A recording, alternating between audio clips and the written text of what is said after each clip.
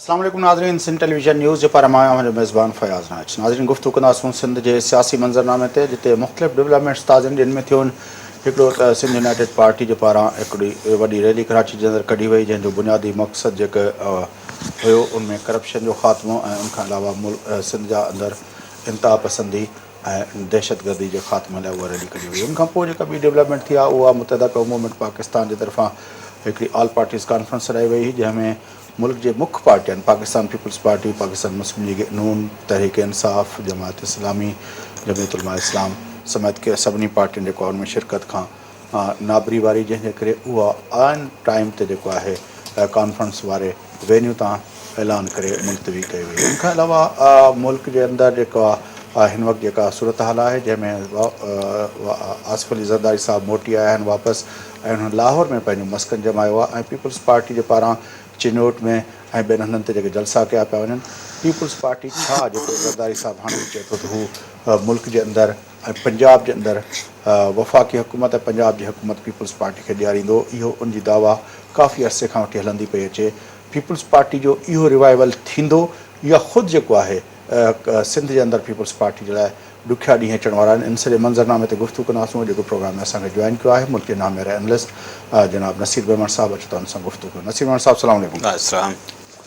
नसीर साहिबु, हीअ अचानक सैद जलाल में हू छा रैली कढी, हू को अहिड़ो तहरुक असांखे नज़र कोन आयो सिंध जी कॉम प्रेस पॉलिटिक्स में। तव्हांजे ख़्याल में तव्हां हुनखे कीअं था ॾिसो इन रैली वारे फ़ैसिले खे? रैली छो कढी या ओचिती हुई या तहरुक हुयो या न हुयो, इहे त इन लाइ तव्हां कयास आरायूं करे सघजनि थियूं। मुमकिन आहे इलेक्शन जे लाइ पंहिंजे पाण खे ऑर्गेनाइज़ करण जी थी सघे थी ॻाल्हि। मुमकिन आहे जेको ओवरऑल फीलिंग पई वञे त हाणे नेशनलिस्ट मूवमेंट्स जेके आहिनि से ख़तमु पियूं थियनि, एग्ज़िस्ट नथियूं कनि, थी सघे थो उन जे लाइ हुन कई हुजे। पर मुंहिंजे लाइ इम्पॉर्टेंट शइ इन खां वधीक इहा आहे त कराचीअ में सिंधी माण्हुनि जी सियासी सघ जो एॾो वॾो मुज़ाहिरो इहा निहायत अहम ॻाल्हि आहे। ऐं ॾिसो, कराचीअ जे बारे में असांजा शुरू खां वठी डिबेट्स रहिया आहिनि, तव्हांजे प्रोग्राम में बि रहिया आहिनि। असां कराची मुल्क ठहण खां पोइ असां चई सघूं था त असां खां फुरी वई। जंहिं तरह सां उहो फ़ैसिला थिया, जंहिं तरह सां मिल्कियतुनि जा वठण जा या न वठण जा कानून ठहिया, जंहिं तरह ॿाहिरीं आबादकारी थी, त उहो हिकिड़ो मरहलो हुयो। मुंहिंजो ख़्यालु आहे त उन खां पोइ 70s खां पोइ घटि में घटि जॾहिं सिंधियुनि जो हिकिड़ो हुकूमत में तमामु वॾो पावरफुल शेयर हुयो, भुटे जी सूरत में 1 यूनिट हुयो, असांजी एंट्री ठही पए ऐं हिकिड़ा एंट्री जा नवां एवेन्यू ठहिया पे, उन खां पोइ मां सम्झां थो त कराची असां पाण बि विञाई आहे। असां हुन में कहिड़ी तरह विञाई आहे?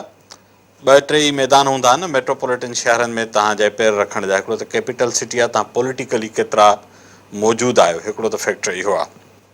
कीअं था अलायंसिस ठाहियो, कीअं था शहर जी पॉलिटिक्स ऐं प्राविंस जी पॉलिटिक्स में एंट्री ठाहियो, हिकिड़ो फैक्टर इहो आहे। भुटे साहिब जे शक्ल में या उन खां पोइ बेनज़ीर जे तौर ताईं पीपल्स पार्टी कराचीअ में स्टेक्स रखिया पे, दो की उनखे तव्हां इहो नथा चई सघो त हिकिड़ी सिंधी प्रेज़ेंस हुई जीअं नेशनलिस्टनि जी काउंट थींदी आहे, पर बहरहाल पीपल्स पार्टी जे थ्रू हिकिड़ी प्रेज़ेंस हुई। उहा 90s खां पोइ रैपिड डिक्लाइन थी आहे जेकर तव्हां सीटुनि जो तनासुब खणी ॾिसंदो। सिंधी नेशनलिस्टनि सां प्रॉब्लम इहो रहियो, इहा हिकिड़ी हिकमत अमलीअ जो फ़िला आहे। ॿिया हुननि जा कम सुठा भई ख़राबु, उहे अलॻि बहस करे सघनि था। कराचीअ जे बारे में असां सभु रड़ियूं कंदा रहियासीं, नेशनलिस्ट पार्टीज़ रड़ियूं कंदियूं रहियूं त कराची असांजो शहरु आहे, हुन ते दहशतगर्दनि जो कब्ज़ो आहे, हुनखे फुरनि पिया, फलाण पियो थिए, पर का ऑर्गेनाइज़्ड एफर्ट न पई थी, का मुनज़िम कोशिशि न पई थी त कराचीअ में वेही लीडरशिप ॾिजे सिंधी माण्हुनि खे। इहो फील थिए त हिते असांजी का मालिकी आहे। इहा अॻिते हली तव्हांखे बशीर कुरैशी जे दौर में नज़र अचे थी। बशीर कुरैशी हिते पंहिंजी ऑफिस ठाही या पाण वेठो, ठीकु आहे, खणी सेंट्रल शहर खां ॿाहिरि हदीद में किथे वेठो, पर जेके सिंधी वसंदियूं उन्हनि वटि हिकिड़ो फील हूंदो त उन शख़्स जे अचण सां या उन जे मौजूदगीअ सां उनखे हिकिड़ी मालिकीअ जो अहसासु थींदो। पर बाक़ी जेके सिंध जूं नेशनलिस्ट पार्टीज़ आहिनि उहे कॾहिं कॾहिं हिते जलसा त कंदियूं रहियूं आहिनि, ॾाढा सुठा जलसा कया अथनि। कादर मक्सी साहिबु कंदो रहियो, पलीअ साहिबु मार्च कया ऐं वॾा जलसा कया, पर उहे इवेंट्स हुया। उते वेही पॉलिटिक्स में स्टेक्स क्रिएट करणु, हिते मौजूदु हुजणु, हिते तव्हांजो ऑफिस हुजे, हिते माण्हू हुजनि, माण्हुनि खे का अहसासु मिले मालिकीअ जो, उहा कराची में न पई डेवलप थी, अञा ताईं बि नथी थिए। जलाल मामूद शाह खे 2-3 एडवांटेज आहिनि ॿियनि नेशनलिस्ट पार्टीज़ जे भेट में। हिकिड़ो त जनरली स्पीकिंग हाणे माण्हू त हर कंहिं ते आङुरियूं खणी सघनि था, पर हुन ते को वॾो क्राइम जो या अहिड़े क़िस्म जा जेके ट्रेंड रहिया आहिनि नेशनलिस्ट पॉलिटिक्स में, उहो हुन ते चार्जिस एॾियूं वॾियूं कोन्हनि के त को हुन जा कारकुन वॾियूं के भताईगिरियूं कंदा हुजनि या क्राइम में मुलविस हुजनि, उहो हुनखे हिकिड़ो एडवांटेज आहे। निस्बतनि चइजे त साफ़ सुथरो फ़र्द बि आहे ऐं पार्टी बि सम्झी वञे थी। ॿियो हुनखे पंहिंजी शख़्सियत जे एडवांटेज इहो बि आहे त शायदि नेशनलिस्ट पार्टीज़ में सभ खां घणो जेको पार्लियामानी सियासत जो तजुर्बो आहे उहो बि जलाल महमूद शाह वटि आहे। ॿियनि जे भेट में अगेन कंपेयर कयूं, ॿियनि वटि एतिरो तजुर्बो नेशनलिस्ट पार्टीज़ वटि कोन्हे को। ऐं अलायंसिस ठाहे सघे थो, हुनजो ॿियनि ज़बानूं ॻाल्हाईंदड़नि सां वास्तो आहे। जीअं सैद साहिब जी शख़्सियत जो बि हुनखे एडवांटेज आहे, हैदर मंज़िल जो एडवांटेज आहे। सो मुंहिंजो ख़्यालु आहे त जलाल महमूद शाह जेकर अञा इन इवेंट खां अॻिते वधे, हीउ हिकिड़ो इवेंट हो, ॾाढो सुठो इवेंट हो, मां हिनखे साराहियां थो। वॾी मोबिलाइज़ेशन ही हेॾे वॾे अंग में माण्हुनि जो, सिंधी माण्हुनि जो कराची में हुजणु ऐं पीसफुली हुजणु। माज़ीअ में असां बशीर कुरैशी जूं अहिड़ियूं रैलीज़ ॾिठियूं, पर हुनखां पोइ क़ादिर मक्सी साहब बि कयूं, पर हीअ बि तमामु वॾी रैली। पर इन्हनि सभिनी खे मां रिपीट थो कयां, आख़िरी ॻाल्हि कयां त इहे इवेंट्स आहिनि ऐं तमामु शानदार इवेंट्स आहिनि। इनखे कन्वर्ट करिणो पवंदो कंहिं ऑर्गनाइज़्ड वे सां, ऑफिस खोले, सियासी मौजूदगी हुजे, टाइम ॾिजे कराचीअ खे, उन जी ज़रूरत अञा बि आहे। हाणे तव्हां जेको तजियो कयो, मां इंटरप्ट इन जे लाइ न कयो, मूं वटि काफ़ी सवाल पिया आया, काफ़ी ख़्याल पिया आया, त मुंहिंजो तव्हां हिकिड़ो थारोली पंहिंजो तजियो ॾेई वञो। हाणे कराची खे त छॾियूं, मतिलबु उन पर मजमूई तरह जेका सिंध जी कॉम्परस पॉलिटिक्स आहे, उहा तव्हांखे नथो लॻे त 88 खां पोइ डे बाय डे वीकन थींदी वञे थी भई। उन्हनि जे इंटरनल कमज़ोरियुनि जो ॿियो टियों सभु इहे ॻाल्हियूं पंहिंजियूं आहिनि, पर हिकिड़ी ॻाल्हि इहा आहे त उन्हनि जो जेको तनज़ीमी जेका साख़्त आहे, जोड़जक आहे, उहा इलेक्ट्रोल पॉलिटिक्स जहिड़ी आहे ई कोन। नतीजे तौर ते जो इलेक्ट्रोल पॉलिटिक्स जो जॾहिं हो थिए थो, त पोइ इहे सभु इशूज़, हिननि जे सभु सरगर्मियूं जेके आहिनि, उहो सियासी और इलेक्शनी हुन में ही मतिलबु नो बॉडीज़ काउंट थी था वञनि। हाणे अॼु बि जेकॾहिं असां मसल तौरु तव्हां बशीर कुरैशी जे जलसनि जी ॻाल्हि कई, क़ादिर मक्सी, सदाईं असां ॿाहिरियां माण्हू वठी अची हिते कयूं था पॉलिटिक्स। हिते जी पॉलिटिक्स त अञा ताईं न जलाल शाह कई आहे, न एॾे वॾे पैमाने ते बशीर कुरैशी कई, न एॾे वॾे पैमाने ते क़ादिर मक्सी कई, न एॾे वॾे पैमाने ते पलीअ साहब कई। छाकाणि त इहे समूरा माण्हू जेके आहिनि, हिकिड़ी सीट जे मतिलबु भली पाण बीहनि या न बीहनि, पर जिते चइजे त बाबा हे सीट जेसि ताईं बशीर कुरैशी हाउ न कंदो, इहा सीट न खटे सघंदासीं। या जेकॾहिं हिते हिन सीट ते जेको आहे इन्फ्लुएंस आहे क़ादिर मक्सी जो, हिन सीट ते इन्फ्लुएंस आहे जलाल शाह जो, रसूल बख्श पली जो, इहो त कॾहिं कोन्ह थियो आहे। मतिलबु जॾहिं असां उन तरह जी सियासत कयूं ई नथा, असां हेॾी सॼी सिंध मां माण्हू गॾु करे, क़ादिर मक्सी साहिबु यौम मादिर वतन जो जलसो कंदो आहे, सॼी सिंध मां माण्हू गॾु करे रसूल बख्श पली जे रैलियुनि जी तव्हां ॻाल्हि कई, इहो त मॉडल जेको आहे उहो पुराणो थी वियो आहे। हाणे त ॾिसो, हाणे त जेकॾहिं रैलीज़ जो हिकिड़ो हो थो थिए, इमरान ख़ान सखर में जलसो करे थो, सखर जा माण्हू अचनि था, इमरान ख़ान कराची में जलसो करे थो, कराची जा माण्हू अचनि था, ॿियनि हुननि ते थिए थो, ईअं ई सभई पार्टियूं ईअं कनि थियूं पियूं। त लॻभॻि उहा ई ॻाल्हि जेका मूं बि कई, कराचीअ में मोबिलाइज़ेशन कई न वई आहे, न त कराचीअ जी आबादी एॾी आहे जो अहिड़ियूं 4 रैलियूं रुॻो कराची जी आबादीअ सां निकिरी सघनि थियूं, रुॻो सिंधी आबादी न, पर हिते जा जेके ॿिया बरोच आहिनि पुराणा रहंदड़, इवन जेके मेमण अञा न खयूं, मां चवां थो इलेक्ट्रोल पॉलिटिक्स जे अंदरि आहिनि ई कोन, उन ते असरअंदाज़ बि नथा थियनि, उन ते अचूं था। बिल्कुलु, ॾिसो हिकिड़ी ॻाल्हि हाणे इनखे ॾाढो क्लियर थियणो पवंदो त नेशनलिस्ट पंहिंजे पॉलिटिक्स जे बारे में उन्हनि खे हिकिड़ी हाणे वक़्तु आहे त चिटाई इख़्तियार कनि। शुरू खां जेका नेशनलिस्ट मूवमेंट हली आहे सिंध में, उहा बहरहाल जेका विरहाङे खां पोइ थी आहे, उहा हुई हिकिड़े रद अमल जी पैदावार। रद अमल हुयो 1 यूनिट ते, रद अमल हुयो ॿाहिरीं आबादकारीअ ते, ऐं उन दौरान मूवमेंट्स हलियूं। उनखां पोइ GM साहिब जी जेका सॼी सियासत आहे, उन में तव्हां हिकिड़ी ॾिसंदा त शुरू खां हिकिड़ो तासुरु इहो या हिकिड़ो ओपिनियन ठाहियो वियो त नेशनलिस्ट मूवमेंट्स पार्लियामेंट जे वेझो न वेंदियूं। इहो उन दौर जे हिसाब सां शायदि 70 जे ॾहाके में बांग्लादेश जो वाक़ियो थियो त मुमकिन आहे नेशनलिस्ट मूवमेंट सोचियो हुजे त हाणे स्टेट स्ट्रक्चर वीक थियल आहे, उहो अलॻि थी सघे। न, इहो त असांजे कयो न, असांजे हमरान कयो न, छाकाणि त हुते त पंहिंजो मैंगल साहब वारा ॿियनि हुननि वञी हुकूमत ठाही, हुते जेको आहे पंहिंजो नेशनल अवामी नेशनल पार्टी डिफरेंट मॉडल आहे। यस, अवामी नेशनल पार्टी वारनि गॾिजी जेको आहे पंहिंजो हुन मुफ्ती महमूद जी जेको हुकूमत जा कोalition पार्टनर बणिया। मां बिल्कुलु फैज़न सां एग्री थो कयां त बलोचिस्तान ऐं पख्तूनख्वा जे नेशनलिस्टनि जी अप्रोच इंटायरली डिफरेंट हुई। यस, ऑफ कोर्स। ऐं सिंध जे नेशनलिस्टनि जी अप्रोच डिफरेंट हुई। हाणे वक़्त सां गॾु जो तजियो थींदो त कहिड़ी अप्रोच ठीकु हुई कहिड़ी न हुई। मिसाल तौरु कुझु माण्हू इहो चवनि था रसी समूरनि नेशनलिस्टनि बलोचनि भला कई न वञी पार्लियामानी पॉलिटिक्स हड़ा हासुल थियो न थियो इहो हिकिड़ो माण्हू क्वेश्चन था रेस कनि। There are counter arguments as well. Sindh जे नेशनलिस्टनि हाणे मां पंहिंजो ओपिनियन ॾेई सघां थो, पर हाणे उहो मुंहिंजो ओपिनियन आहे। जेके पॉलिटिक्स कनि था, जेके ग्राउंड ते बीठा आहिनि, उहे जेको मॉडल हलाइणु चाहींदा राइट उन्हनि जो, ऐं माण्हू फ़ैसिलो कंदा। मां पर्सनली सम्झां थो त हीउ जेको दौरु आहे न उन्हनि बि मौक़ो ॾेई छॾियो आहे। मुंहिंजी जेका अंडरस्टैंडिंग आहे, पलीअ साहिबु इलेक्ट्रल पॉलिटिक्स में आयो, बिल्कुलु आहे। कादिर मक्सी साहिबु इलेक्ट्रल पॉलिटिक्स में आयो, जलाल महमूद शाह जॾहिं पार्टी ठाही सिंध यूनाइटेड पार्टी, त हुन बाक़ाइदा चयो त मां इलेक्ट्रल पॉलिटिक्स जो हिसो थींदुसि। तंहिंजे लाइ मुंहिंजे ख़्याल में क़ौम परस्तनि पंहिंजो फ़ैसिलो ॾेई छॾियो आहे त 70 जे 60 जे ॾहाके में 80 जे ॾहाके में जेका हुनजी अप्रोच हुई इलेक्ट्रल पॉलिटिक्स खां जुदा थियण वारी, उहा उन्हनि रियलाइज़ कई त उहा सही न आहे, असांखे इलेक्ट्रल पॉलिटिक्स ते वञिणो पवंदो। पर उहो वञण लाइ जेको मॉडल खपे, उनजे लाइ तनज़ीम न, हुननि खे पंहिंजी पार्टी जो लीडर बसि उहो चूंडाइणो हुयो बसि। ॾिसो फैज़ साहिबु, पार्लियामानी पॉलिटिक्स जेकर करणी आहे, मिसाल मां अॼु फ़ैसिलो कयां त अख़बार छॾे टीवी चैनल हलाईंदुसि, मूं अख़बार खोले ग़लती कई त मूंखे कैमरा त वठणी पवंदी न। सो उन जा पोइ लवाज़मात आहिनि न, पोइ उन फ्रेम में मूंखे वञिणो पवंदो न, पोइ उन जूं सभु जेके घुरिजूं आहिनि उहे पूरियूं करणियूं पवंदियूं न। ॾिसो पार्लियामानी पॉलिटिक्स जो मिज़ाज टोटली डिफरेंट आहे। असांजे नेशनलिस्ट पार्टीज़ जे दोस्तनि भली सोच बदिलाई हूंदी, अप्रोच कान बदिलाए सघिया। पार्लियामानी पॉलिटिक्स जूं रिक्वायरमेंट्स आहिनि न, तव्हांखे कॉन्स्टिट्यूंसीज़ आइडेंटिफाई करणियूं आहिनि, तव्हांखे हुन कॉन्स्टिट्यूंसी में मौजूदु रहणो आहे। ऐं इहा इलेक्शन कैंपेन इलेक्शन खां 3 महीना अॻु छोरी शुरू थींदी आहे। 24 कलाक 365 ॾींहं तव्हां इलेक्शन कैंपेन जे मूड में हलंदा आहियो। या त तव्हां हुजो वरी अजगर जहिड़ी पार्टी, नवाज़ लीग हुजो, पीपुल्स पार्टी हुजो, पोइ तव्हां तक जे बजाए लीडर ऐं पार्टी बि मैटर कंदी आहे। पर नेशनलिस्ट पार्टीज़ जो इलेक्टोरल हवाले सां जीअं त एॾो वॾो को माना वजूदु न हो, त उन्हनि खे त कुझु स्ट्रेटेजी छा थी पई सघे, 2 4 5 6 तक आइडेंटिफाई कजनि, ऐं पोइ ईंदड़ 3 साल 4 साल 5 साल उन ते महिनत करणी थी पए। उते मौजूदु ही वॾेरा कीअं था खटनि। ॾिसो, वॾेरे खां तव्हां 100 इख़्तिलाफ़ रखो, वॾेरो कॉन्स्टिट्यूंसी खे अटेंड थो करे। प्रोग्राम ऐं नज़रियनि जे बजाए आम माण्हू जेके इलेक्टोरल पॉलिटिक्स में आहिनि, उहे प्रोग्राम ऐं नज़रिए खां वधीक सर्विस खे ॾिसणु था चाहिनि। तव्हां हुननि सां आयो न आयो, उथो वियो था न था, बिल्कुलु दुख सुख में ॿध छोड़ में। मां नथो चाहियां त तव्हां गुंडा पाड़े माण्हू ॿधाए पोइ छॾायो, पर माण्हुनि सां बीहो, माण्हुनि वटि हुजो।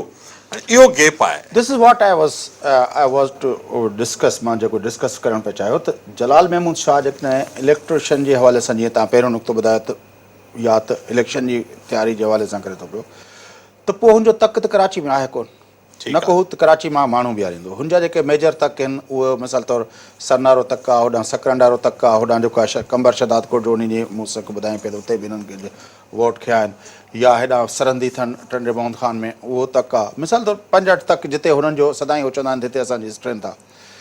त पोइ उनजो महवर ऐं मर्कज़ त हैदराबाद हुयो, जिते उन्हनि तकनि ॾे ट्रांसलेट थी पए सघी उहा स्ट्रेंथ।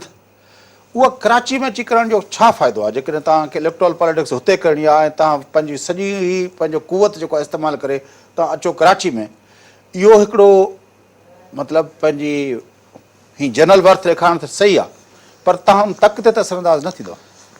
इन में ईदर एंड आर जो मसइलो कोन्हे, ॿई शयूं अहम आहिनि। जेकर तक जी पॉलिटिक्स करणी आहे त तक में हुजिणो आहे, इहा ॻाल्हि त गिवन आहे न, उहा उन ते ॿियो ओपिनियन आहे ई कोन। पर उन सां गॾोगॾु जेकर तव्हां प्रोविंशियल लेवल जी हिकिड़ी वॾी पार्टी सम्झो था, हिकिड़ो वॾो प्रोग्राम माण्हुनि वटि खणी वञणु चाहियो था, त कराची कैपिटल सिटी आहे ऐं उते नेशनलिस्ट पार्टीज़ जे एजेंडा ते जेको ॿियो बिगर मैक्रो एजेंडा बि आहे न। नेशनलिस्ट पार्टीज़ भली इलेक्टोरल पॉलिटिक्स कनि, पर तक जे पॉलिटिक्स सां गॾु कंहिं मैक्रो एजेंडा सां त कनेक्टेड रहंदा न। सो मिसाल तौरु पीपुल्स पार्टी वग़ैरह आहिनि, तक जी इलेक्शन कनि था, पर नेशनल इशूज़ ते, मैक्रो इशूज़ ते, फॉरेन पॉलिसी हुजे, करप्शन हुजे, फलाण हुजे, उन ते को न को ओपिनियन, का न का आइडियोलॉजी बि रखनि था। मिसाल तौरु शायदि अलाए केतिरनि सालनि खां इस्लामाबाद मां पीपुल्स पार्टी सीट अलाए ख़बर न कॾहिं खटी लास्ट टाइम, नयर बुखारी जी खटी, या उहो बि शायदि सेनेटर थियो, पर जलसा त कबा न। सो इहो शो ऑफ पावर आहे, इहो भली हुजे, मां इहो चवां थो इहो भली कनि, साल में 3 भेरा भली कनि, पर असुल ॻाल्हि इहा त पुठियां तक संभालनि। जलाल महमूद शाह त वरी बि पंहिंजे तक खे संभाले थो, तव्हां हुनजे इलेक्शन जा रिज़ल्ट्स ॾिसो, ठीकु ठाक वोट बि कयो अथई, पर ॿिया जेके पार्टीअ जे अंदरि 1-2 सीटुनि सां माना ईअं न थींदो त रुॻो लीडर जी कॉन्स्टिट्यूंसी। मूं हाणे साईं जलाल महमूद शाह सां ॻाल्हायो हुयो हिन मसइले ते, मूं चयो हीअ जेके 2 तक आहिनि, दरिया जे हिन पार ऐं दरिया जे हुन पार, इहे ख़ानदानी तक आहिनि, इहे सिंध यूनाइटेड पार्टी जा ठहियल तक न आहिनि। ठीकु आहे, सही था, ठीकु आहे न। इहे अमीर हैदर शाह हिन पासे खां वणंदो हुयो, इमदाद शाह हुन पासे खां वणंदो हुयो, इहे ख़ानदानी तक आहिनि। ऐं उते ख़ानदानी असर रसूख़ जे बुनियाद ते थियनि, सियासी बुनियादनि ते तव्हां कहिड़ो तक ठाहियो आहे उहो ॿुधायो। असुल ॻाल्हि इहा आहे न। हा ठीकु आहे चओ। सो मां उहो ई थो चवां त जेकर पलीज साहिब खे या कादर मक्सी खे या जिन खे बि पंहिंजनि तकनि में जलाल मामू शाह खे करिणो आहे, मां अगेन चवां थो हिकिड़ो त ठीकु आहे सॼी सिंध में हर सीट ते भली माण्हू बीहारियो, इहा बि स्ट्रेटेजी हूंदी आहे, तव्हांजो टोटल वोट जो वॉल्यूम बि हुन में नज़र ईंदो आहे। पर कुझु तकनि खे तव्हां पंहिंजे स्ट्रेटेजी लाइ आइडेंटिफाए कंदो त हिते मुंहिंजी स्ट्रेंथ आहे ऐं हीअ उहो तक आहे जिते मां 2-4-5 साल जेकर एफर्ट करियां त सीट भला MNA जी न खटां, MPA जी खटां, हलो MPA जी न खटां पर भला लोकल गवर्नमेंट जी खटां। सो तक में ॿी ॻाल्हि त हर तक जी हिकमत अमली पंहिंजी थिए थी, ज़ाहिर आहे। इहो बि ॾिसणो पवंदो। तव्हांखे इलेक्टोरल पॉलिटिक्स में अलायंसिस ठाहिणा पवंदा, मौजूदु हुजण सां गॾु उन तक जी पंहिंजी जेका लोकल पॉलिटिक्स आहे न उनजी वॾी मैन्यूवरिंग थी हले। हाणे इन लाइ मां अगेन चवां थो त शायदि नेशनलिस्ट पार्टीज़ सॼी सिंध लेवल ते ईअं करे न सघंदियूं, उन्हनि जे लाइ ॾुखियो आहे, तक तमामु घणा आहिनि। जेकर 5-6-7 तकनि ते फोकस्ड एफर्ट थिए पोइ अलायंस बॉर्डर टे ठाहिणा पार्टियूं पवंदा। त चवनि थियूं न त असां इलेक्शन में वेंदासीं। हा मिसाल तौर जेकॾहिं 5 तक ई खणनि त भई 15 तक त अहिड़ा हूंदा न जेके कॉम्प्रेस पार्टियूं, जंहिंमें चओ भाई 15 तकनि जिते कॉम्प्रेस जो असर रसूख़ आहे, भली पाण में हिक ॿिए खे उहे तक विरहाए पाण में हिकिड़ी इक्वेशन बि ठाहे वठनि, ईअं ई करिणो पवंदो। पर असांखे अॼु जी हिते जी पॉलिटिक्स जे अंदरि सवाइ इहे जेके 2 तक हिननि जे फैमिली जा आहिनि, कहिड़े हंधि असांखे नज़र थो अचे? न, मां उहो ई चवां थो तक जी पॉलिटिक्स सीरियस वे सां थी कान्हे का। तव्हां नेशनलिस्ट पार्टीज़ जी जेका मोबिलाइज़ेशन आहे इलेक्शन जी, उहा तव्हांखे मोस्टली इलेक्शन खां 6-12 महीना अॻु मिलंदी आहे। इहो प्रैक्टिकली थी न सघंदो। तव्हांखे तक ठाहिणो आहे त मुंहिंजी गुज़ारिश कई त ॿी इलेक्शन खां अॻु ई तव्हांजो हुते नेक्स्ट इलेक्शन जो कमु शुरू थी वेंदो आहे। तव्हां खटो या हारायो, तव्हां ही कई वॾेरा आहिनि, 3 इलेक्शन नथा खटनि, तक में वेठा आहिनि, तक संभालनि था, तक ते मौजूदु आहिनि। कराची जी ॻाल्हि आहे, कराची जे अंदरि MQM जेको आहे उनजी सियासत ते जेको इहो थियो, बानी जे तकरीरुनि जे नतीजे में जेको नतीजो आयो उन्हनि खे, हाणे वरी साॻी तारीख़ ते APC सॾाए ऐं पाकिस्तान जी सलामती ऐं जी जेका एजेंडा रखी वई, जंहिंमें मुल्क जे लॻभॻि सभिनी मुख्य पार्टियुनि जेको आहे उनखे जवाबु ॾेई छॾियो। हा, MQM जेका हाणे MQM पाकिस्तान थी सॾाए, उनजी कोशिशि आहे त डैमेज कंट्रोल करे सघूं कंहिं तरह। इस्टेब्लिशमेंट, सिक्योरिटी इस्टेब्लिशमेंट सभिनी खे रिपीटली मैसेज ॾियण जी कोशिशि कनि था, ॾिसो असां वफ़ादार आहियूं, हू ख़राबु माण्हू हो, असां ॾिसो साफ़ सुथरा आहियूं, असां हिन मुल्क जो हिसो आहियूं या तव्हां सां गॾु आहियूं। पर मुंहिंजो ख़्यालु आहे त उनजे बैकग्राउंड में कई शयूं जंहिं ते न रुॻो इस्टेब्लिशमेंट उन्हनि ते अञा ट्रस्ट नथी करे, पर ॿियूं जेके पॉलिटिकल लीडिंग पार्टीज़ आहिनि, ज़ाहिर आहे उहे भला इहा साॻी MQM ई अल्ताफ़ पहिरियों भेरो मुल्क टुरण जी ॻाल्हि न कई हुई, उनखां अॻु सभु उन सां सेट हुया। इहे सभु मजलिसुनि में वेंदा हुआ, APCs में वेंदा हुआ, हुकूमतुनि में बि हिननि खे गॾु खणंदा हुआ, 9-0 बि वेंदा हुआ। मसइलो इहो कोन्हे त हुननि खे उन ॾींहुं ख़बर पई त हीअ पाकिस्तान जा मुख़ालिफ़ आहिनि, मसइलो हुननि खे ख़बर पई उन ॾींहुं त इस्टेब्लिशमेंट हिननि जी मुख़ालिफ़ थी चुकी आहे। सो जॾहिं हू ॾिसनि था त इस्टेब्लिशमेंट हिन साथ नथी मिलाइणु चाहे त हू चवंदा हुआ हिननि खां पासो कर, हीअ जेके 2-4 जेका बचियूं आहिनि सीटूं या हुकूमत मिलण जो आसिरो, इहो बि विञायूं छा? सो उहे ॾिसंदा त MQM जे तरफ़ सिक्योरिटी इस्टेब्लिशमेंट जो लाड़ो कीअं आहे। तव्हां माज़ी में वञो, 90s में 2 भेरा थियो सिक्योरिटी इस्टेब्लिशमेंट हुनजे ख़िलाफ़ु इंतिहाई सख़्तु पोज़ीशन वरिती, उन वक़्तु बि सभु पार्टियूं पोइ हटी वियूं, सभु चवंदा हुआ हीअ टेररिस्ट आहे। अॼु तव्हांजो होम मिनिस्टर 2 ॾींहं अॻु चयो आहे त हीअ कलभूषण जे बराबरि आहे, कलभूषण जे बराबरि आहे, त तव्हां सभु गॾु खणी न हलिया छा हिननि खे, हिन वटि वेंदा न हुया छा? सो इहो को नओं इंकिशाफ़ थोरे ई हो, पर हाणे सभु ॾिसनि था इस्टेब्लिशमेंट हुनजे पासे न आहे, तंहिं करे न वेंदा हुनजे APC में जेसि ताईं मथां क्लियरेंस नथो मिले। मां हिकिड़ो वक़फ़ो वठां थो, वक़फ़े खां पोइ ख़ुदि जेको आहे MQM जी पॉलिटिक्स ते बि ॻाल्हायूं था ऐं कराची जे सियासी मंज़रनामे ते वधीक थोरो एलेबोरेट करण जी कोशिशि कंदासूं। उनखां पोइ पीपल्स पार्टी जो जेको रिवाइवल जो एफर्ट्स आहिनि, मुंहिंजी ख़्वाहिश हूंदी त जेको प्रोग्राम में उनमें उते बि गुफ़्तगू कयो। नाज़रीन वठो था वक़्फ़ो, वापसि प्रोग्राम करते हुए तव्हां सां गॾु रहिजो।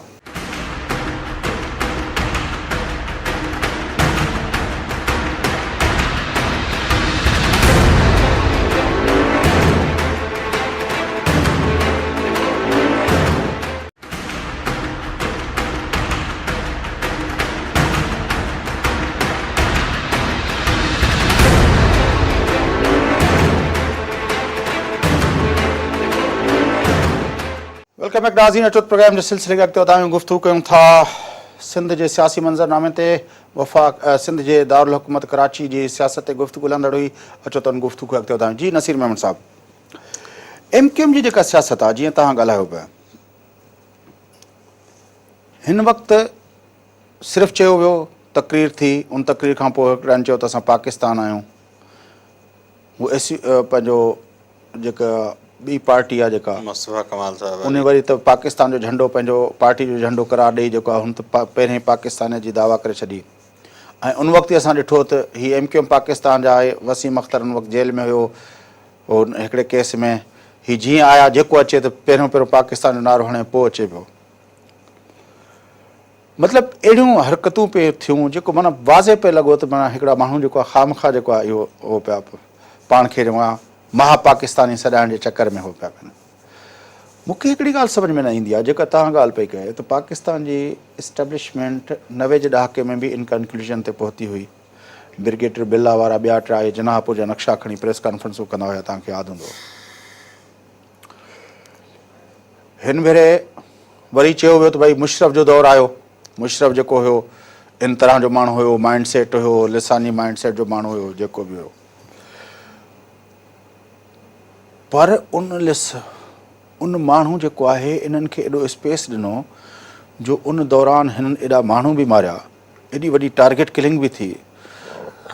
नेटो जा टैंकर हिते कराची में गुम थी विया जेके हाणे चवनि था पिया त असां लभूं था उन ते जेको आहे पंहिंजो नेटो जा स्टैम्प लॻल आहिनि फलाणे हथियारनि ते ऐं फलाणा खेप आहे, हीअ जंग जी तयारी आहे, जेके इन तरह जा रिमार्क्स आया रेंजर्स ऐं ॿियनि असांजे सिक्योरिटी इदारनि जे पारां।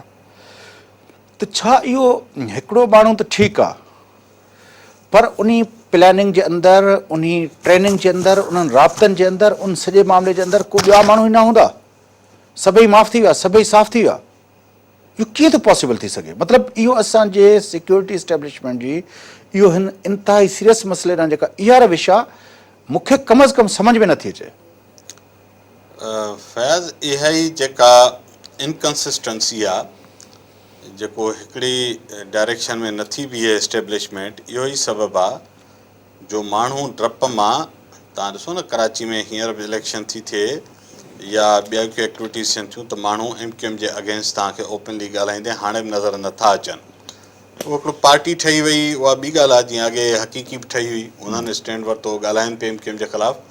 पर जेको कामनर आहे कराचीअ जो उहो ओपनली MQM या अल्ताफ़ जे इवन डिक्लेयर्ड हुननि मुल्क दुश्मन गद्दार बि करार ॾेई छॾियो आहे, पर हुनजे ख़िलाफ़ु ॻाल्हाइण खां लमाइनि था छो त हुननि खे इहा ख़बर न आहे माज़ी तजुर्बे मां त वरी कहिड़े ॾींहुं इस्टेब्लिशमेंट खे हिननि जी ज़रूरत पवंदी, वरी कहिड़े ॾींहुं हिननि ते महिरबानी थी पवंदी, वरी कहिड़े ॾींहुं को NRO अचे ऐं सभु केस हिननि तां बि ख़तमु थी वञनि ऐं वरी हू ईअं ई कराचीअ खे टेक ओवर करे वठनि जीअं अॼु खां 2-4 साल अॻु हुयो।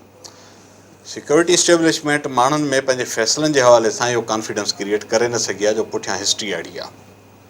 किन माण्हुनि जो ख़्यालु आहे त राहिल शरीफ़ या हाणे जेका आर्मी जी क़यादत आहे उन हाणे हिकिड़ी शइ तइ करे छॾी आहे त पास्ट इज़ पास्ट, हाणे इहो न थींदो। पर हाणे उहो कीअं डेमोन्स्ट्रेट थिए, छो त 20 सालनि जा तजुर्बा आहिनि न, माण्हू ओवरनाइट उन ते ट्रस्ट करे न सघंदा। सो जेसिताईं इन मामले में इस्टेब्लिश नथो थिए त बाबा हीअ जेका टेररिज़म कहिड़ी बि शिकिल में हुजे, असां उन सां हाणे प्रोटेक्ट न कंदासीं बल्कि उन जे अगेंस्ट टाइम स्ट्रेट टाइम में हमेशह रहंदासीं त पोइ त माण्हू ट्रस्ट कंदा। पर तव्हां 80s खां वठी ॾिठो अफ़गान वार जे दौरान हिकिड़ी पॉलिसी हुई, उहे अमेरिका जे इंट्रेस्ट में उहे फोर्सिस उन्हनि क़ुवतुनि खे हिते सपोर्ट थी जिन जिहाद जे नाले ते पूरी इंडस्ट्री हलाई। पोइ हाणे उन्हनि जे ई बारे में अॼोकी इस्टेब्लिशमेंट सम्झे थी त उहे मुल्क जा बि दुश्मन आहिनि, इंसानियत जा बि दुश्मन आहिनि। पर इहा इनकंसिस्टेंसी जो एलिमेंट आहे जंहिंजे करे माण्हू मुंझियल आहिनि। माण्हुनि जो ट्रस्ट जो जेको इशू आहे, कंहिं स्टेज ते अची हिकु चिटी लाइन हिन मुल्क जी इस्टेब्लिशमेंट खे बिल्कुलु वठणी पवंदी त टेररिज़म कहिड़ी बि शिकिल में हूंदो उहो क़बूल न हूंदो। MQM जो बि इहो ई किसो आहे। इहो कीअं मुमकिन आहे त 25 साल पाकिस्तान जो तमामु वॾे में वॾो शहर जेको तव्हांजी मुआशी करंगे जी हॾी हुजे उहो ईअं यरगमाल थियल बीठो हो, त उन में तव्हां रुॻो MQM वारनि खे त एक्यूज़ न करे सघंदो। तव्हां ठीकु था चओ त इहो सभु कुझु समूरे स्ट्रक्चर जे अंदरि हर पासे खां मदद न मिले हा त कीअं मुमकिन हो। जेका हुकूमत आई पे हुननि खे हुकूमत में खणण जे लाइ परेशान हुई, आती ऐं वेंदा हली पंध कंदा, वज़ीर आज़म वेंदा हुया, त पोइ जेको हुनजो वर्कर हो उहो बि त ॾिसंदो न त यार हिन मुल्क में रेस्पेक्ट त गन पावर जी आहे। आम माण्हू बि मैसेज हो त हिन मुल्क में रेस्पेक्ट गन पावर जी आहे ऐं स्टेट नाले शइ एग्ज़िस्ट उन वटि थी करे जंहिं वटि बंदूक जो पावर आहे उहो हिकिड़े ठका ते शहर बंदि। सो इहा इन सॼी जेका नवाण या तब्दीली जेका बि उनजी उमिरि थोरी आहे, अञा उनखे साल बि न थियो आहे या 1.25 साल थियो हूंदो, 2-3 साल थिया आहिनि भरियल। हा, पर जेको स्ट्रिक्ट क़िस्म जो तव्हां ॾिठो एक्शन उहो पुठियां साल ई अगस्त खां शुरू थियो न। जॾहिं हुनजी टीवीअ ते बि अपीयरेंस बंदि थी वई पर उनखां पहिरें 9-0 ते छापा हा, ॿिया उहा शइ थिया थी उन चुकी। जे करे इहा नतीजे ॻाल्हि में थी ईदूं चुकी आहे। सुठियूं थियूं पंहिंजो उहो थियो मतिलबु उन 2-3 खां अॻु सालनि में खां उहा कार्रवाई हा, वाक़ई शुरू थी हा। चुकी हुई पर उन खां पोइ बि मिसाल तौरु इहे ख़िताब तक़रीरूं इहो सभु कुझु पियो हलियो पर गुज़िरियल साल अगस्त जे उन वाक़े खां पोइ तव्हां ॾिठो आहे त बिल्कुलु हिकिड़े हाणे लॻे थो लाइन ड्रा थियल आहे। हाणे इहा लाइन केतिरी चिटी थी बीहे ऐं उन में हिकिड़ी ॿी बि शइ ज़हन में रखणी पवंदी त भला जेके माण्हू पास्ट में ख़राबु हुया ए पार्टीअ सां उहे बी में वञी हर शइ खां आजा कीअं थी वेंदा वरी ॿियो क्वेश्चन इहो थींदो उहो त पाकिस्तान जी पॉलिटिक्स में आहे न साईं। जेकॾहिं मिसाल तौरु पीपल्स पार्टी में आहे त शाह महमूद कुरैशी लाइ इमरान खे डाउट आहे पर जेकॾहिं उहो इमरान खां पंहिंजो शाह महमूद कुरैशी PTI में अची थो वञे त माना पार्टी जो मुख्य अख़बार थो थी वञे। जहांगीर तरीन जेकॾहिं आहे मुशरफ सां त पोइ त मतिलबु मुशरफ ऐं हुनजा हवारियुनि में ईंदो पर जेकॾहिं उहो जहांगीर तरीन उतां छॾे अची PTI में अचे पियो दैट्स गुड वंडरफुल ठीकु आहे न। ऐं मुशरफ जे दौर में बि ईअं हुयो जेकॾहिं फैसल सालेहा त होॾे वेठो आहे त पोइ उन ते नेब जा केसिस आहिनि पर हिन पासे अची वियो पेट्रियाट ठाहे हुन पासे अची वियो त साफ़ु सुथिरो माण्हू आहे ऐं एॾो चङो माण्हू ॿियो किथे नज़र ईंदो। इहो त पाकिस्तान जी पॉलिटिक्स जे अंदरि इहे टूल्स जेको आहे न रहिया किटो करण जी ज़रूरत आहे। मां जॾहिं टेररिज़म जी ॻाल्हि कयां थो त माना पोइ इहे सभु शयूं टेररिज़म जे खणी ज़ुमेर में नथियूं अचनि पर चिटी लीक त इहा आहे न। मिसाल तौरु ज़रदारी साहिबु जेको कयो रिकन्सिलेशन जे नाले में मज़ारी साहिबान पंहिंजो या ख़ुदि बेनज़ीर भुट्टो साहिबा जे दौर में बि जेके ज़िया सां गॾु हुया माण्हू उहे सभु पार्टी जो हिसो थिया न। इहो त को ॾिसो पॉलिटिकल पार्टीज़ त ईअं कनि थियूं उन्हनि जी त मूंखे सम्झ में अचे थी ॻाल्हि उन्हनि जा त हिकिड़ा पॉलिटिकल मफ़ाद मजबूरियूं मसलियतूं मुनाफ़िक़ूं जेको बि चवनि उहो पॉलिटिशियन खे त दुनिया में इहो हिलाल आहे न सभु था कनि मुख़्तलिफ़ शिकिलुनि मां पर सिक्योरिटी इस्टेब्लिशमेंट खे त बुनियादी क्वेश्चन्स ते लाइन चिटी करणी हीउ जेको आहे हिन भेरे जेका APC हुई उनमें जेको आहे हक़ीक़ी वारनि उनखां पहिरियों बि हक़ीक़ी ॾाढी पुरजोश नमूने सां माना पंहिंजो MQM सां रिकनसाइल करण जे चकर में आहे ऐं उनखां पोइ जेको आहे हीअ MQM बि उनखां पोइ सलीम हैदर जी पार्टी जेका आहे उहा मतिलबु हीउ जेको पुराणो हिननि जो राग हुयो जेको मुहाजिर टर्म जे बुनियाद ते जेका सियासत हिननि 70 जे ॾहाके खां शुरू कई हुननि खे हिन दफ़े वरी हू गॾिजंदे नज़र अचे थी पई। इहो हिकिड़ो फैक्टर त हिन सभिनी फैक्शन्स में शुरू खां कॉमन हुयो ऐं मां हिन राय जो आहियां त इहो फैक्टर हुन लाइ यूनाइटिंग फैक्टर कंहिं वक़्तु बि बणिजंदो हींअर बि बणिजे थो त इहो ई थो बणिजे न। हू मुहाजिर सियासत खां ॿाहिरि हिकु लिसानी सियासत खां ॿाहिरि अञा बि कोन निकिता आहिनि ऐं हुननि कराची ऐं हैदराबाद जे हिननि कुझु शहरी कॉन्स्टिट्यूंसीज़ खां ॿाहिरि तव्हांखे हुनजी कॉन्स्टिट्यूंसी बि नथी मिले। प्रॉब्लम इहो आहे त तव्हांखे यानी 2-3 तरीक़ा हुआ न जंहिं ते तव्हां पॉलिटिक्स कंदो या त तव्हां परफॉर्मेंस जे बेसिस ते वोट घुरण वञो उहो आहे कान ठीकु आहे। प्रोग्राम ऐं मैनिफेस्टो हो चवंदा असां परफॉर्मेंस असां मुस्तफ़ा कमाल जो कराची माना जगमग उहो चवंदा पर उहो ई माण्हू हाणे हिननि जे ख़िलाफ़ु शादियूं त ॾिए पियो थो न रुॻो परफॉर्मेंस उहा त न आहे न जेका रोड रस्तो ऐं ठहिराइणु इहा बि त ख़बर ई न त एक्सटॉर्शन कीअं थींदी मर्डर्स कीअं थींदा हुया आम शहरी त इहे बि शयूं ॾिसे थो न। हाणे तव्हां बिना डप जे कराचीअ में डप जे फैक्टर खां सवाइ परफॉर्मेंस ते इलेक्शन ते उहो हिकिड़ो ॿी ॻाल्हि आहे। हींअर बि परफॉर्मेंस खां वधीक डप डोमिनेट करे थो। परफॉर्मेंस त नाले में थी ॻणाइजे वोट ॾींदड़ जे पुठियां तव्हां मूंखे ॿुधायो परफॉर्मेंस जो वोट आहे एक्चुअली टेरर जो वोट आहे जंहिंजे करे माण्हू सम्झनि था त ॿियो को ऑप्शन कोन्हे वोट ॾियूं ऐं इहो रुॻो हिते कोन्हे पर टुटंदे महसूसु थिए थो। ॾिसो आरिफ अलवी खटियो 2-3 सीटूं PTI खटियूं हिन भेरे पंहिंजो इहो सईद गनी खटियो।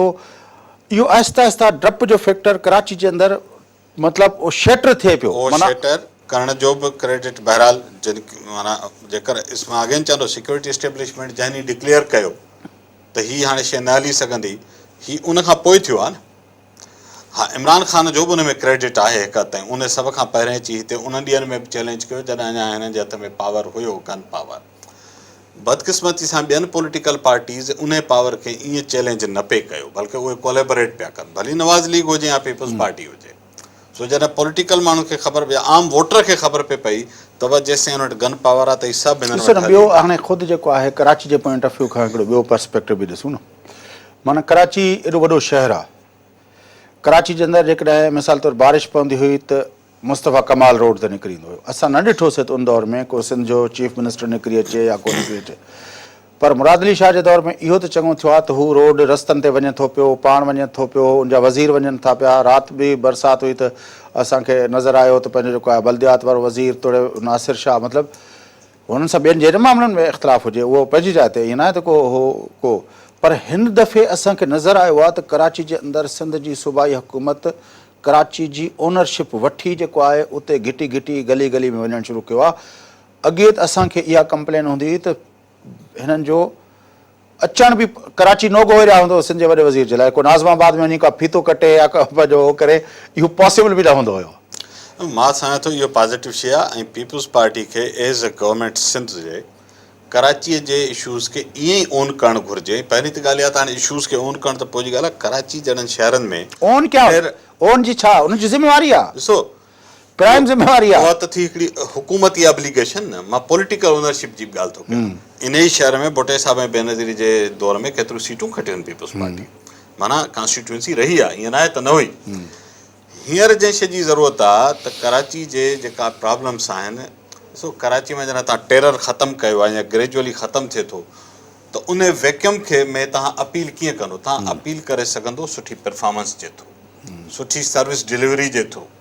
कराचीअ खे ऐं कराचीअ समेत सॼी सिंध खे, ॿिए हंधि तव्हां वटि एॾा राइवल्स चैलेंज नथा कनि, पर कराचीअ में तव्हांखे स्पेसिस ओपन अप थियनि पिया, इन जो पार्ट थियनि, उनखे ओन कनि, उन में परफॉर्म कनि। ऐं ॿी ॻाल्हि आहे त सिंध जे जिते हुकूमत इहो करे पई, हुकूमत ते ज़िम्मेवारी आहे, पर इन्हनि स्पेसिस खे नेशनलिस्ट पार्टीज़ कीअं थियूं ओन कनि, इहो बि हिकिड़ो उन्हनि जे लाइ क्वेश्चन आहे। न नेशनलिस्ट पार्टियुनि जे बारे में असांजो जेको बि व्यू पॉइंट हुजे उहो पंहिंजी जाइ ते, पर मुंहिंजो हिकिड़ो इहो रहियो आहे त नेशनलिस्ट पार्टियूं बि MQ वांगुरु उन लिसानी सोच जे दायरे खे टोड़े न सघियूं, छाकाणि त उन्हनि जे पार्टियुनि जी मर्कज़ी कमेटियुनि में अॼु बि सिंधी स्पीकिंग खां सवाइ उहो न आहे।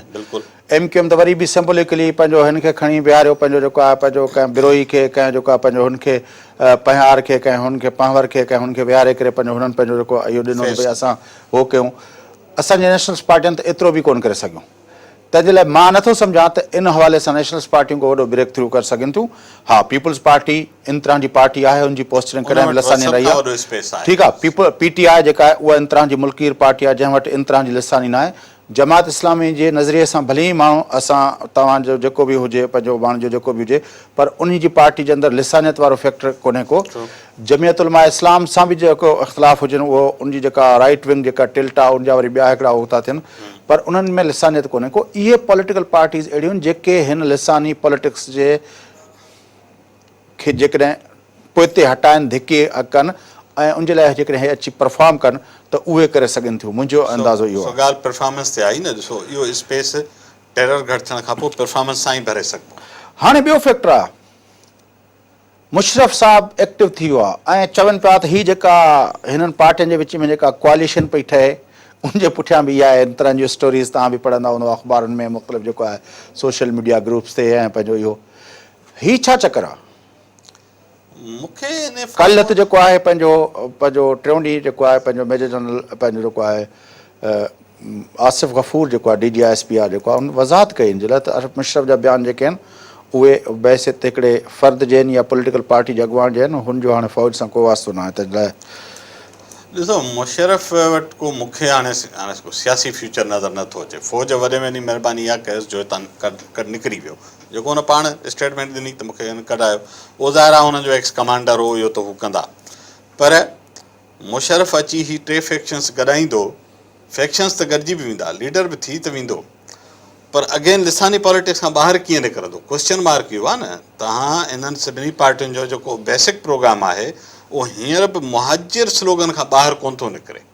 सो जेकर मुशरफ ईंदो त हिकिड़ो त मुशरफ जी कराचीअ खां ॿाहिरि केतिरी एक्सेप्टेबिलिटी आहे, ॿिया कहिड़ा माण्हू हुन सां शामिलु थियणु चाहींदा, आई डोंट नो, हुन जेको शानदार पॉलिटिकल माज़ी रहियो कोन्हे।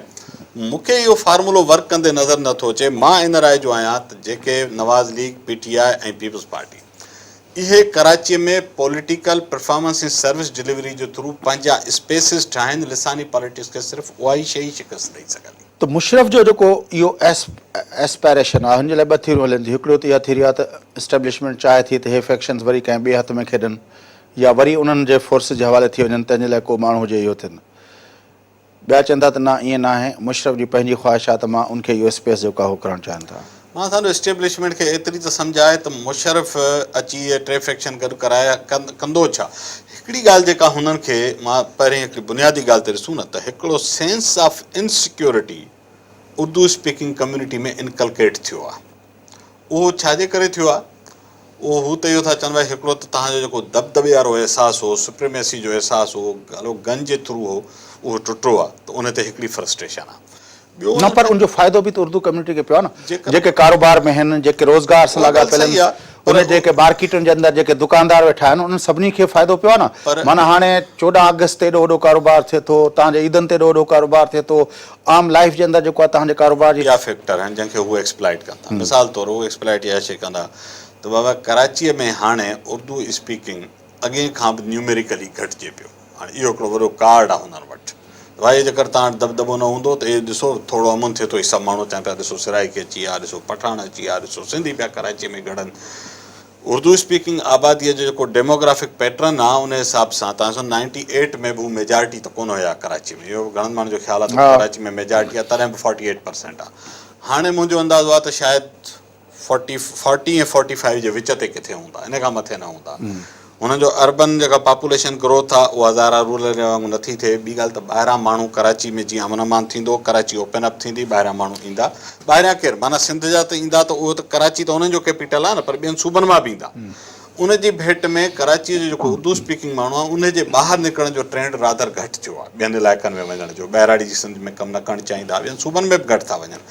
त मुंहिंजो ख़्यालु आहे त हू जेको मुहाजिर कार्ड आहे उहो हिते यूज़ थींदो। त ॾिसो तव्हां वटि हिकिड़ो शहर हो जेको असां मुड़सी करे बचाए तव्हांखे ॾिनो हुयो, हाणे ॾिसो हथनि मां वञे पियो। ऐं जे सेंसस डेटा जंहिं ॾींहुं इहा शइ प्रूव कई, सेंसस जेकर फेयर थी आहे त डेटा इहा ई निकिरंदी, जे फेयर रिज़ल्ट आया त उन ॾींहं खां पोइ मुहाजिर कार्ड जो मार्केट में ही पार्टियूं सेल वधाईंदियूं। मुंहिंजो इहो ख़्यालु आहे, उहे वधाईंदियूं। इलेक्शन वेझी ईंदी वरी वधाईंदियूं। अगेन हर शइ जो हिकिड़ो ई जवाबु आहे। हुकूमत जेका आहे वक़्त जी, उहा कराचीअ में बहितर सर्विस डिलीवरी करे, परफॉर्म करे। लोकल गवर्नमेंट्स खे हिकु लिमिट खां मथे अथॉरिटी मिलणु घुरिजे।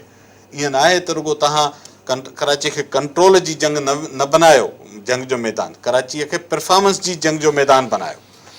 न, पर हू आहे न लोकल गवर्नमेंट जी जेका आहे उहा परफॉर्मेंस पंहिंजी जाइ ते, पर लोकल गवर्नमेंट जे नाले में ॿिया जेके हू थींदा हुया न कमु, जंहिंमें उहा हाणे न थी सघंदा, मूंखे ठीकु नथो आहे लॻे। न, उन्हनि जे लाइ लोकल गवर्नमेंट जे लाइ हिन स्टेज ते माना पावर ॾियणु अहिड़े क़िस्म जे उन पावर्स जो मां नथो चवां त तव्हां अंधा पावर ॾियो। असुल ॻाल्हि आहे चेक्स एंड पीपुल्स पार्टी कराची जे अंदरि जेको रिवाइवल लाइ कोशिशूं करे पई ऐं मुल्क सॼे में रिवाइवल लाइ कोशिशि करे पई। सिंध जे अंदरि जेका मजमूई तरह जी परफॉर्मेंस आहे, जेकॾहिं परफॉर्मेंस जे बुनियाद ते वोट मिले त छा मुस्तक़बिल जो सिनेरियो? परफॉर्मेंस ते त वोट सिंध में थींदो कोन, पॉलिटिकल कॉम्पिटिशन आहे कोन।